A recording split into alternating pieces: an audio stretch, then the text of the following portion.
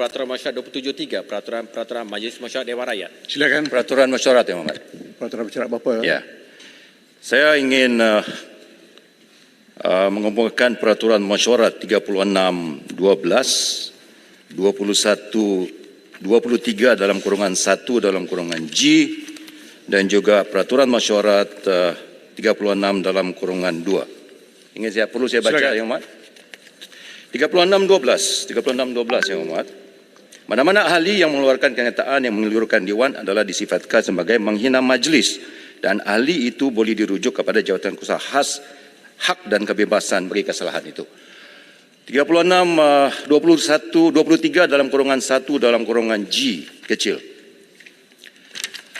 Sesuatu pertanyaan itu, pertanyaan, tidak boleh dikarangkan cekapnya sekira-kira harus mengelincungkan perkara yang sedang dibicarakan oleh mahkamah, dan tidak boleh ditanya berkenaan apa-apa perkara yang di dalam timbangan mahkamah.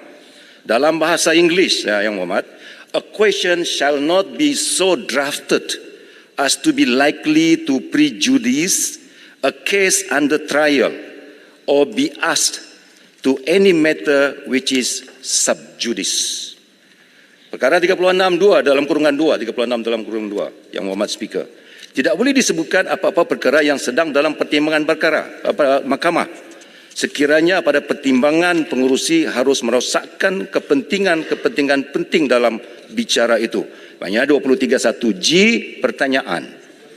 36.2 tak boleh disebut perbahasan. Bahas tak boleh disebut perkara subjudis. Pertanyaan juga tidak boleh disebut dalam apa perkara yang menyentuh subjudis. Tapi kalau kita lihat usul ini, Yang Hormat Speaker, peranggan 3 dan 4 daripada usul ini. Peranggan 3 dan 4, saya baca, Yang Hormat.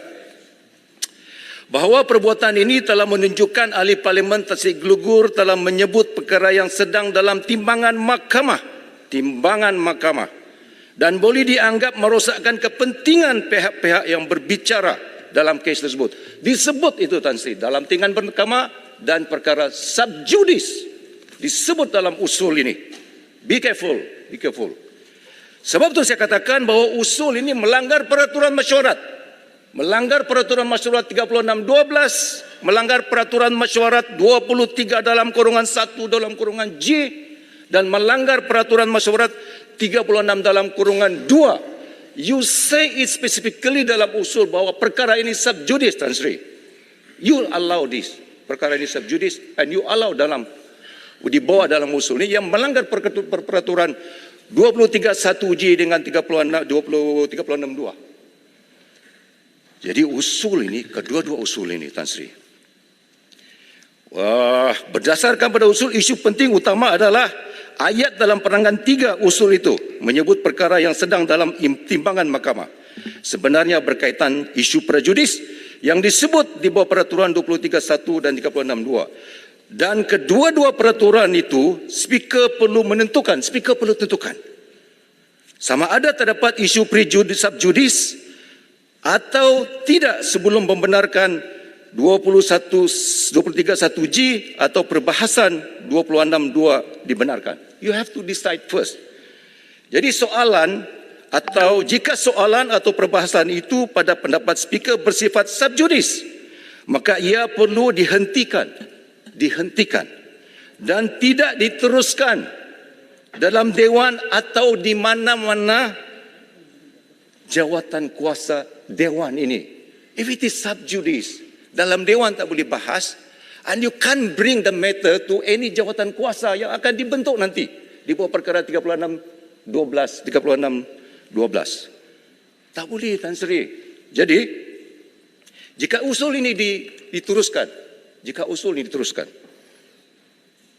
Speaker berkata ada elemen subjudis dan diangkat kepada jawatan kuasa hak dan kebebasan. You said it is subjudis, itu ada pelanggaran mahkamah, dan you allow it to be referred to 36.12, hak dan kebebasan. Maknanya,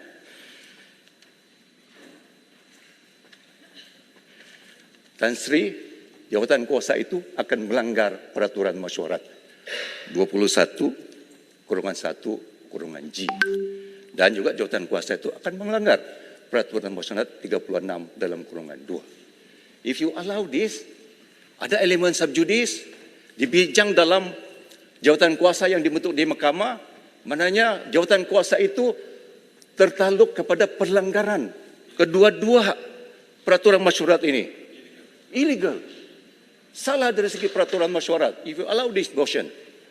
If you say now that tidak ada elemen subjudis, then usul ini redundant, Tan Sri. I say just now tadi, you kena buat keputusan. Sama ada subjudis, kata subjudis. If subjudis, jawatan kuasa akan melanggar peraturan masyarakat. Kan bahwa tidak ada elemen subjudis, tetapi usul ini ada elemen subjudis. So maknanya kalau tidak ada usul, tidak ada elemen subjudis, this usul is redundant. Maknanya taksi gelugur tidak ada pelanggaran pun seperti yang disebut di dalam tuduhan ini. So usul ini melanggar peraturan masyarakat 36.12, 23.1G dan 36.2. Baik. Second point tadi, second Okey point lagi. tadi. Second point. Jawatan kuasa hak dan kebebasan yang dibentuk di bawah peraturan masyarakat 36.12 tidak pernah menyiasat perkara subjudis.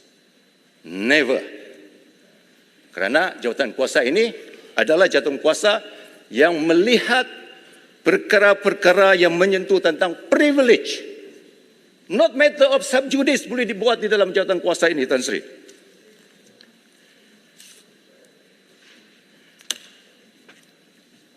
Dia bukan saja parlimen kita. Parlimen lain, negara Commonwealth, New Zealand umpamanya. Jawatan kuasa di bawah perkara 12 ini, hak dan kebebasan ini, sebenarnya adalah sama dengan kita. Cuma menyentuh tentang perkara-perkara privilege dan bukan perkara yang jatuh dalam elemen unsur subjudis. Sebab tu, Tan Sri, jika Tan Sri izinkan pembentukan jabatan kuasa khas dan kebebasan ini, berarti Tan Sri akan melanggar, jawatan kuasa ini akan melanggar peraturan masyarakat di bawah perkara yang menyentuh tentang subjudis. Sebenarnya Tan Sri Gulgur Tan Sri, bila dia kemukakan butiran-butiran dalam Dewan ini, dia minta agar Tan Sri wujudkan satu jawatan kuasa di bawah perkara 80A. Sebab Tan Sri Gulgur mempunyai bukti, bahan bukti, rakaman percakapan yang berdurasi lebih 1 jam dengan individu-individu tertentu tentang tawaran yang dibagi kepada dia. Dia nak kemukakan ini dalam jawatan kuasa itu, Tan Sri. Bukan rujuk dia kepada hak dan kebebasan. Itu merupakan ruang yang terbaik untuk menyiasat perkara ini. Ruang yang terbaik. Tan Sri tidak boleh membuat pre-trial. Tan Sri mengutus surat kepada Tan Sri Gulgur meminta bahan bukti yang terperinci. Tan Sri Gulgur membuat keputusan untuk tidak menyerahkan semua bahan bukti. And you took that sebagai tidak memberi kerjasama dan tidak ada bukti yang ditentukan yang akan dikemukakan oleh Tan Sri Gulgur, dan Tan Sri menghantar dia kepada hak kebebasan ini di bawah peraturan. Are you done? So, Tan Sri tidak boleh conduct pre-trial dalam kes ini. What you supposed to do is to initiate penubuhan 80 perkara 80A. Baru kita boleh kemukakan, Tan Sri Gulgur akan kemukakan bahan-bahan bukti dalam jawatan kuasa itu. Lagi Tan Sri, 36.12, you will check. Tidak orang akan cek jawatan kuasa itu, kerana itu dalam peraturan masyarakat. You have already preset mind on this. You already made a pre-trial. You have to recuse yourself. Dalam peraturan masyarakat 36.12, Tan Sri have to check. Tak ada lain orang boleh cek. Tetapi dalam peraturan masyarakat 80A, jawatan kuasa ini dibentuk untuk menyiasat, you can appoint anyone from us here. Yang Muhammad Tan Sri boleh appoint Pasir Gudang, boleh appoint Bukit Gelugur untuk menjadi pengurusi dan mengadakan satu jawatan kuasa penyiasatan yang adil, lebih adil, untuk bicarakan bukti-bukti yang dikemukakan oleh Tan Sri Gulgur.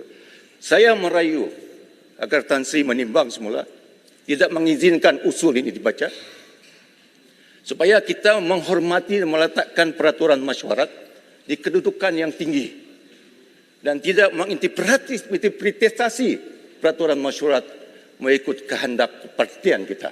Terima kasih. Baik, terima kasih.